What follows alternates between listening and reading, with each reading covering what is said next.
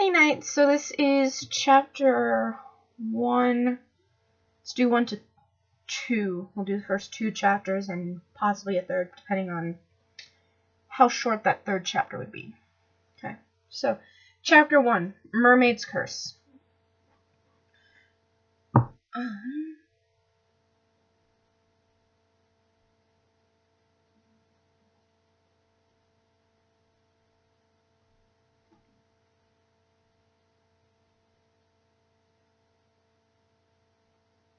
Just a briefing. This is set between the warg chase with Ragast and the company falling upon Rivendell. The secret passage, Gandalf led them into that leads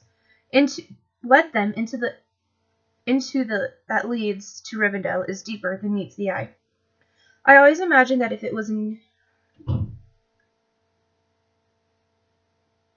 a minute.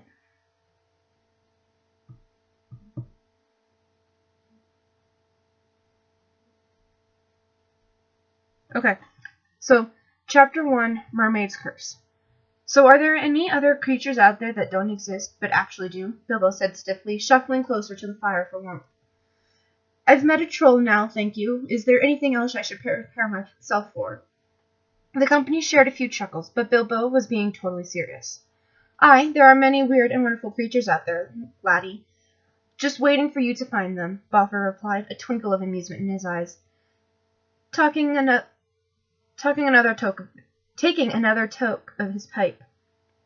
Are fairies real?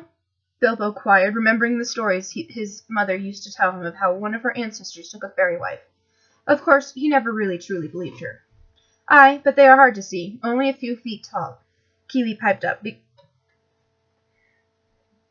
Well, that squashes that story. How would you know? Feely dug, sending his little brother an amused look. I've seen one, the brunette responded quickly. No, you haven't. Yes, I have. No, you... Feely was cut off by an inquisitive hobbit who wanted answers. What about a sphinx? Half man, half lion? You've got to be joking, Dalin roared with laughter. Bilbo thought for a moment. Mermaids? The laughter died down a little at this. You mean sirens, laddie? Balin responded, leaning forward slightly to get a better look at the hobbit from around his brother. Bilbo paused for a moment. Well, yes, I suppose. No one has ever seen one, but you hear things, Balfour began, switching from his usual peppy tone to a more cynical one. He readjusted his floppy hat before continuing. Entrancing songs in the wind, sailors going missing without a trace. He trailed off, giving Bilbo a toothy grin. I thought mermaids were sweet and kind, the hobbit asked, blinking. You know, brushing their hair on rocks, swimming with the fish. No, they're man-eaters. They'll entice you in with their song, then drag you beneath the waves and rip the skin right off your bones with their sharp fangs, Keeley piped up, shielding a smirk with his pipe as he watched Bilbo's face pale. Fangs? Aye, as long as your finger. Their scales are as big as your palm, their tails like a serpent's, slimy and poisonous to the touch. Bilbo choked on his breath. Where are we? Feely gasped, stopping in his tracks at the edge of what looked like a large pool. I can't see the bottom. He was leaning over the edge. The black water didn't glisten like normal water.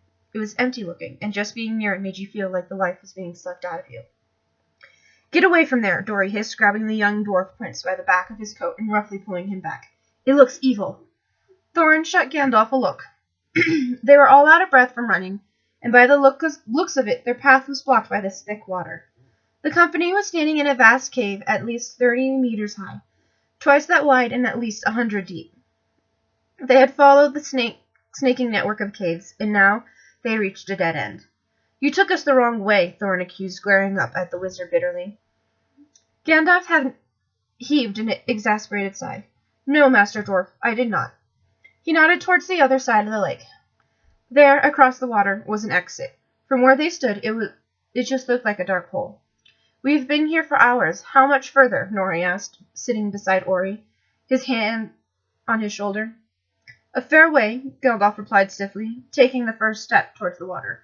We must be quick and quiet. His eyes flickered to the holes in the stone walls, meters above them. Who knows what could be lurking in the darkness? He whispered the last part, but Bilbo heard.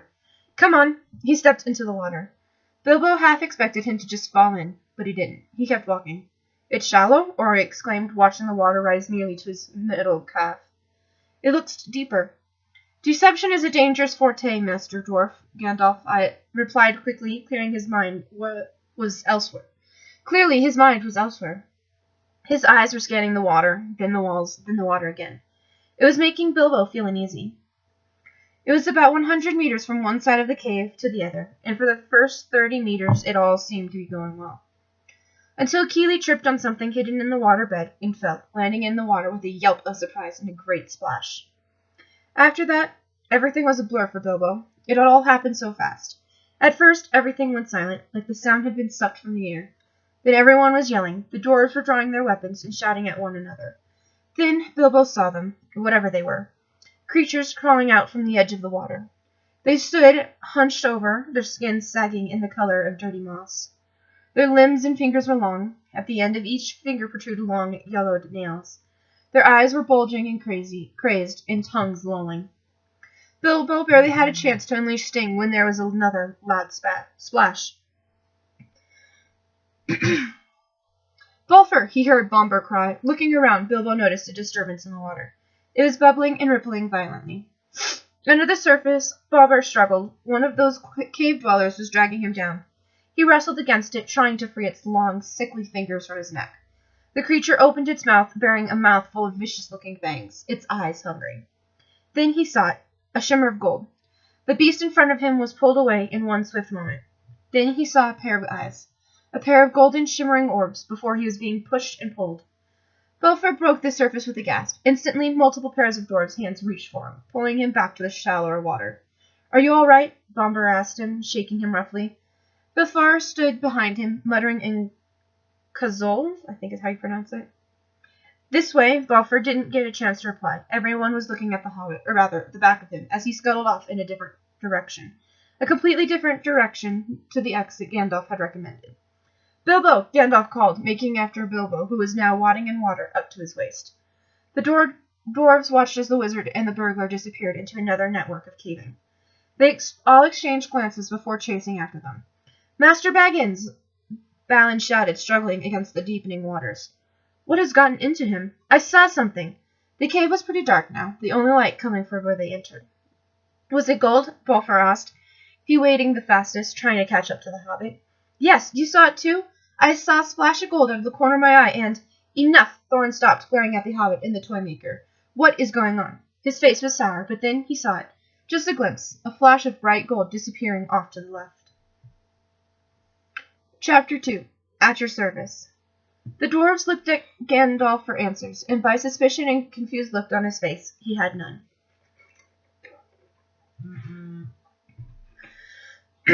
"I think it wants us to follow," spoke Dory spectacally, taking a small step forward. "Bolfer, you should go." Everyone stared at Gandalf. "You're joking," Bolfer huffed. "What even is it? A mermaid?" Everyone went silent. "What?" Thorin's voice was low. He looked up at the wizard, though through his heavy brow. "Mermaids don't actually exist, Master Gandalf," Balin stated in his usually kindly tone. However, it was laced with concern and confusion. "They're just a myth." Bilbo wasn't listening to them. He was slowly edging his way to the corner where the creature was last seen. Amara's point of view.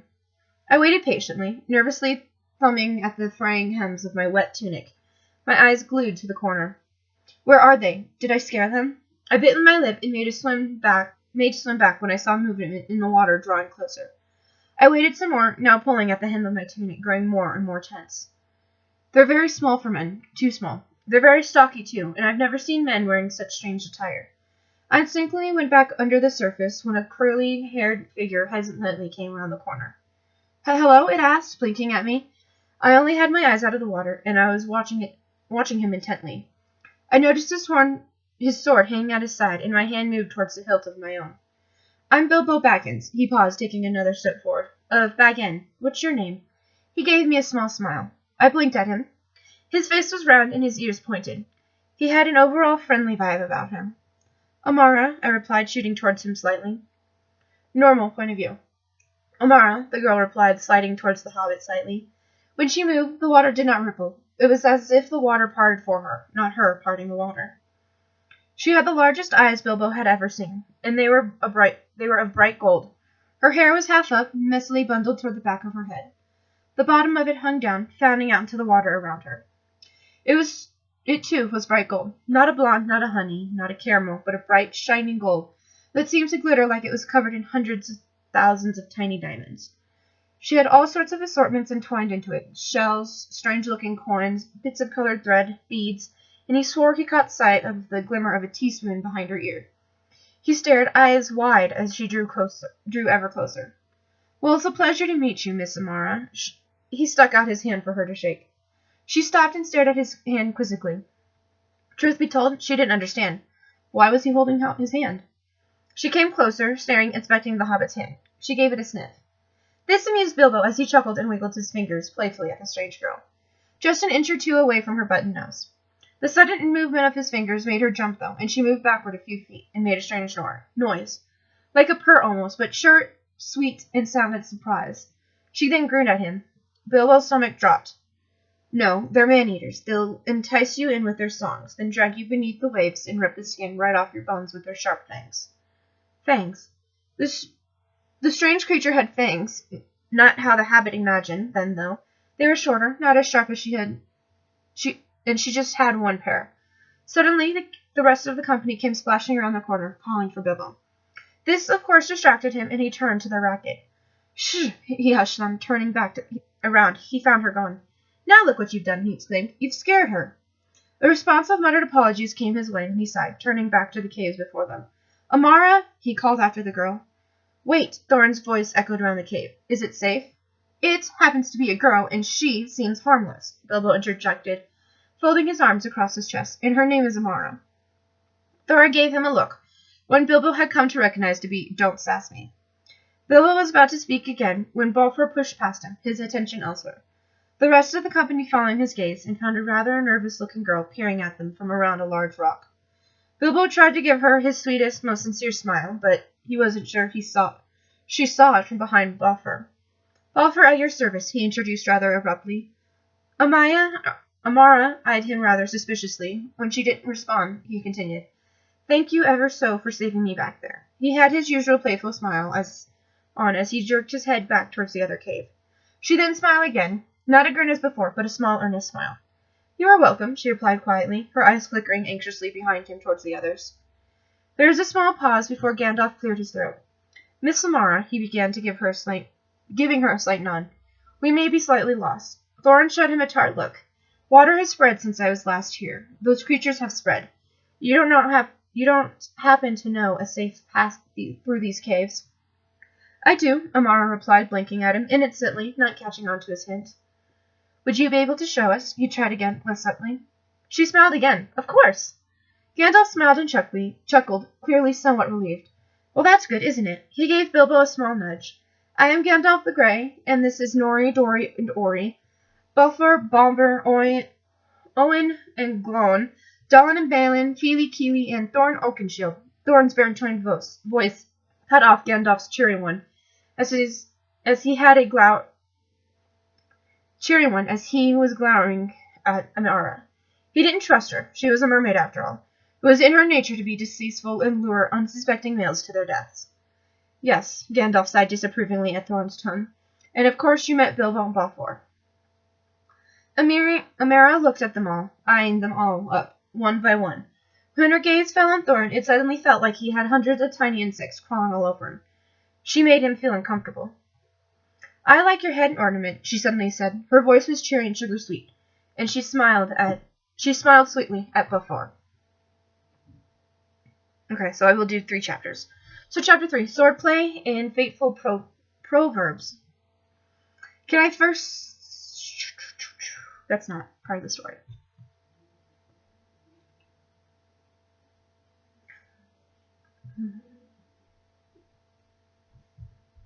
Okay. "Do you trust her?" Thorin muttered to Gandalf. They were walking a little ways behind the rest of the company and the mermaid, who was chatting quite happily to Balfour and the burglar. They were trying to describe to her what a flower was. Apparently she had never been outside these caves. Not that he had been eavesdropping or anything. He kept catching himself staring, though. His eyes would float around the cave, inspecting the oozy walls and the occasional creepy crawly that would scuttle around, but eventually they'd gravitate back to the water dweller. Gandalf gave the dwarf a questioning glance. "Of course," he paused. "You do not?" It It was implied as a question, but came out more of a statement. She is a mermaid, Thorin responded rather gruffly, expecting his words to speak for themselves. So? Thorin shot him a bitter look. A mermaid, wizard, he hissed. I don't see what your point is. Have you never heard the stories luring seamen to their death, drowning them, and eating them? He was speaking in a loud whisper and struggling to keep his heated temper. They are malicious, vain, cruel, heartless, unloving, callous. Gandalf chuckled, interrupting him. Oh, stories, yes. I do love a good story. In fact, it wasn't that long ago I heard a story about a dwarf who killed his entire family just for a few gold coins. I hear they only love what is drenched in gold. He gave Thorin a cold, pointed look and was clearly trying to make a point. Thorin pursed his lips and quickened his pace to walk between his nephews, who quickly tried to entice him into their conversation, but to no avail. His eyes had trailed back to the mermaid, and his thoughts followed, eyeing her up for the 4th time in the last half hour. She swam alongside them, a few feet away in the deeper water. Her friendly, smiling face only seemed to annoy him. How innocent she seemed, totally clueless to the rest of the world, with no real experience. She had this aura around her, a totally delusional one, like she lived and breathed in a bubble. To give the half-breed credit, she had so far found them a safer, drier path. The water only came up to their knees now, but the cold, wet sloshing in his boots was making him uncomfortable. He kept finding himself peering at her through the water, trying to get a glimpse of her tail. So far, all he could see was a soft, murky glow beneath the surface. We should stop soon, he announced, catching the thinned girl's attention. She turned round to face him in one swift motion, giving him a small smile. She replied, There's a small bank coming up. It should be dry. He gave her a small, appreciative nod, and she turned back around. He suddenly felt slightly colder. Soon enough, the tunnel they were walking along opened up into a larger cave, and through the dim light, Thorin caught sight of a sandy bank, littered with rocks, pieces of bogwood, and strange shells. It sat on the far side against the stone wall, only out of the water by a few inches, but it was dry. We'll rest here tonight, he said, dropping his items onto the slightly damp sand, and began fumbling with his bedroll. He purposefully had his back facing the water, trying to avoid catching the attention of the half-breed. We're running low on food, Bomber sighed after a few minutes, rummaging through his bags.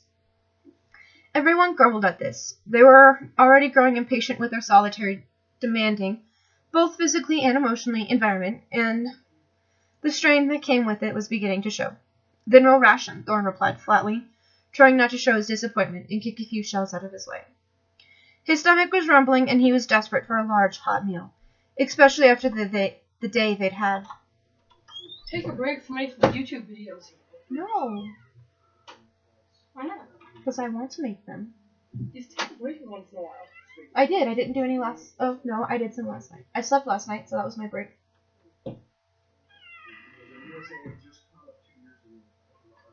Bye-bye. Moving that matte makeup thing, I tripped over it a few times.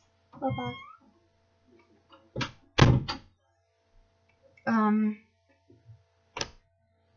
Then we'll ration, Thorin replied flatly, trying not to show his disappointment and kicking a few shells out of his way.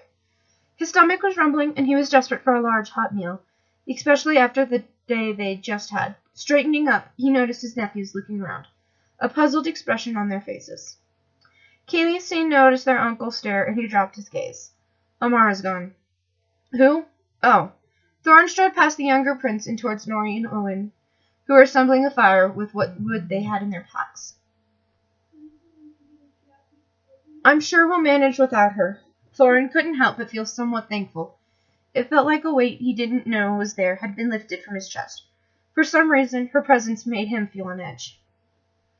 Keeley was about to reply when a sweet voice cut him off. I suppose you don't want these, then. The dwarfs turned to find the young half-breed bobbing in the water a few meters away from the bank. She was holding up, rather effortlessly, to her credit, 4 rather large fish, her petite fingers intertwined in their gills. She had a large grin on her face, her fangs visible, and her hair clung to her shoulders like a second skin.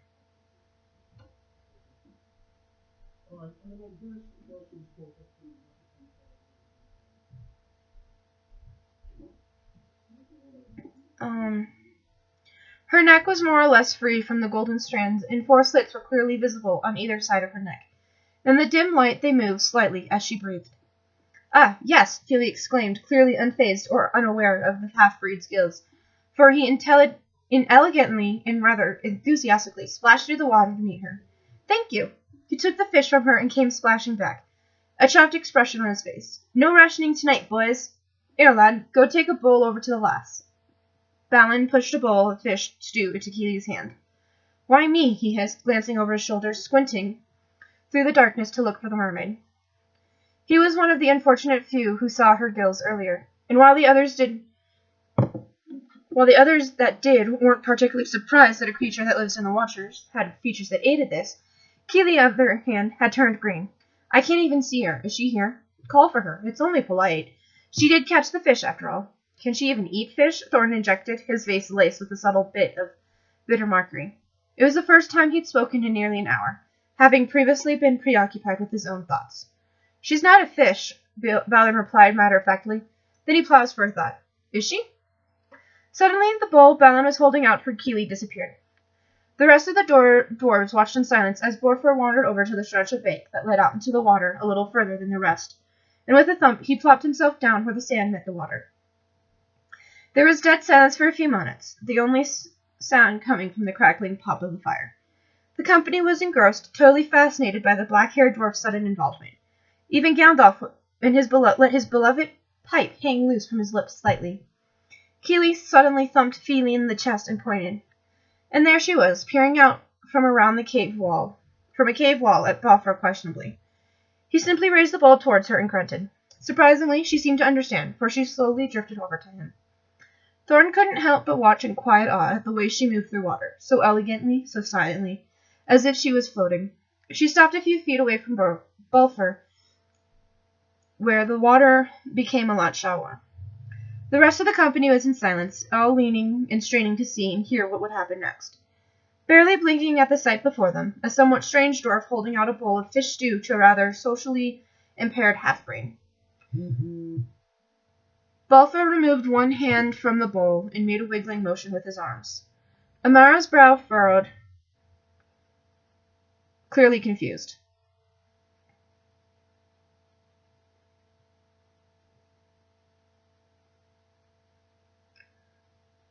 Thorin scoffed to himself. He was obviously trying to imitate a fish. Balfour scratched his head, then pointed to the water. Amelia followed her fingers, and then nodded, understanding thus far. Her eyes were wide, and her face was serious with concentration, trying to decipher what the strange dwarf was trying to say.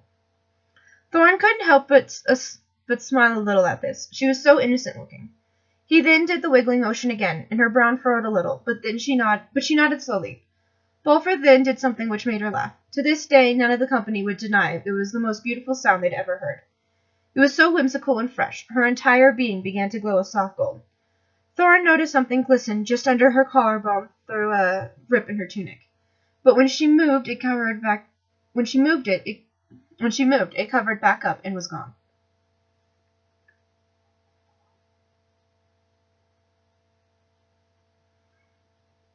Balfour had his back to the company, so they couldn't see what it was he did exactly. But from how she then puffed out her cheeks in imitation, it was apparent Balfour did another fish impression. "Fish!" she laughed. Balfour gave her a thumbs up and offered the bowl out to her. Amara blinked at him and then pursed her lips, her smile disappearing. Her eyes flickered between Balfour, the bowl, and then down into the water.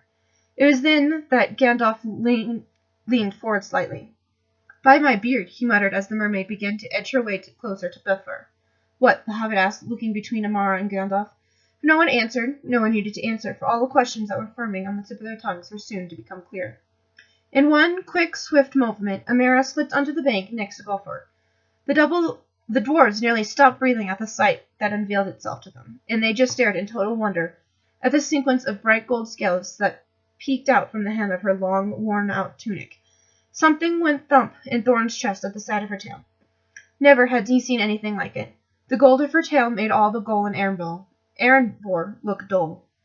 Balfour obviously pulled another face, for she laughed again, and she flicked her tail, the end of it splashing out of the water briefly. The end fins were an opaque gold and shimmered in the dim light of the fire. The light reflected off of her scales and danced around on the walls of the cave. She seemed to positively glow as she ate the stew Balfour gave her, her shabby tunic clinging to her in all the places Thorn wished it didn't. Realizing this, he suddenly found his boots incredibly interesting. He would never be so disrespectful to a woman to stare at her. He gave Keely a hard kick to remind him of this also. Balfour, however, didn't seem to be interested in her body, or her tail for that matter.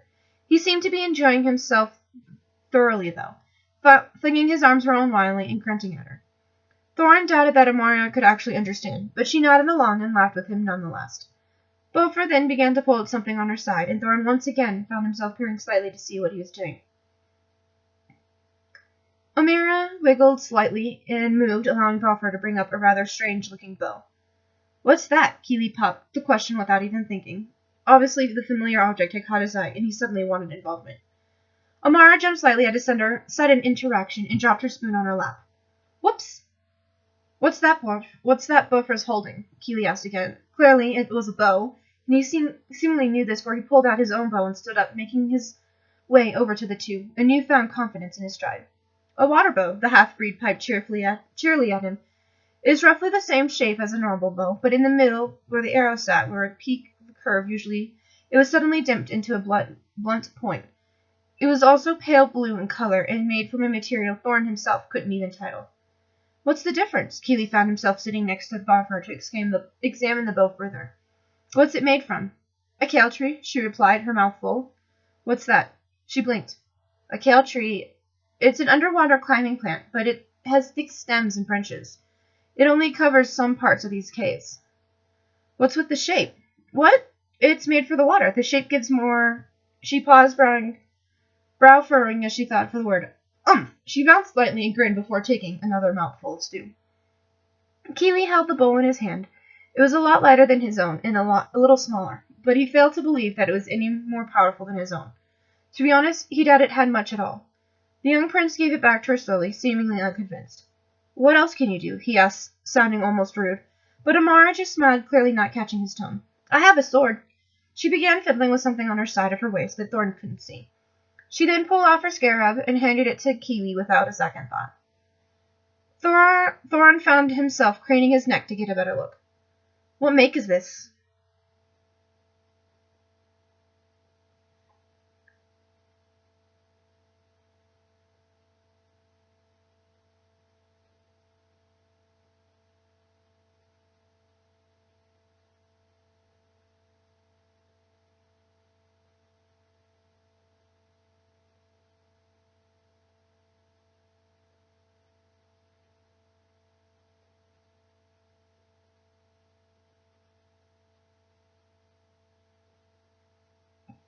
What make is this?" Keely asked, gently turning the sword in his hands. She replied simply, more interested in her food than her sword. Seemingly, she'd never used a spoon before for anything besides her hair accessories. She was having trouble grasping it and kept dropping it. "Let me see that," Thorin said, his sudden interest derailing Keeling's train of thought. But he stood and passed Thorin the sword still in its sheath. Carefully, Thorin examined it, turning it and bringing it close to him. In length, it was rather short, but only an inch or two bigger than Bilbo's, and its shape resembled a talwar with a slight curve. The sheath itself was unimpressive, made from thick worn leather that had been patched and badly mended in places. The hilt of the sword, however, was remarkable, and very beautifully made. It stuck out like a sore thumb against its shabby sheath, or rather a diamond amongst the dust.